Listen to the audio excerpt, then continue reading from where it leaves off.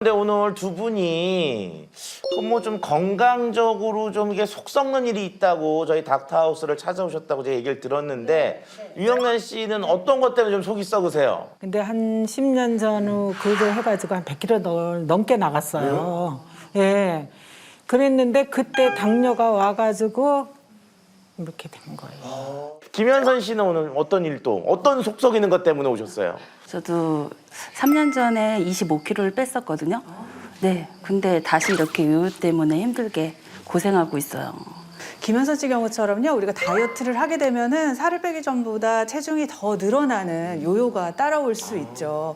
한 연구에 따르면요, 다이어트 인구 중에서 95%가 5년 내에, 99%는 10년 안에 체중 유지 실패하는 거로 나타났죠. 보통 다이어트를 할 때 가장 먼저 하는 게 어떤 건가요? 먹는 거 줄이는 거. 근데 먹는 걸 줄이려고 하는데 그게 안 되고 자꾸만 먹어져요. 이제 빨리 많이 빼고 싶은 욕심에 칼로리는 대폭 줄이고 이제 운동량을 막 늘리게 되죠. 그러면 우리 몸은 급격한 스트레스에 빠지게 되거든요. 그러다 보면은 다이어트를 오랫동안 이제 길게 지속하기는 힘들어지는 상황에 놓이게 됩니다. 이러다 보면은 우리 몸이 다이어트와 요요가 반복이 되게 되고요. 비만이 단순히 살이 찐 문제로 끝나는 게 아니고요. 체내에 이제 지방이 축적이 되면요, 우리 몸에서 독소 물질을 배출을 하게 되거든요. 그러고 이런 독소 물질이 만성 염증을 일으키게 되고 이런 만성 염증이 혈관 건강을 결국은 위협하게 됩니다.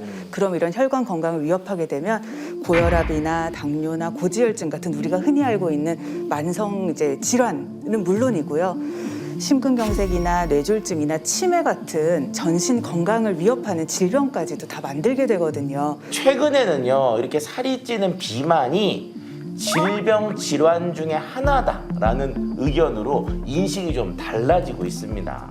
근데요, 저는요, 제일 치명타가 이 뱃살이거든요. 근데 지금도 이렇게 배만 가리려고 옷으로 자꾸 이렇게 당겨요.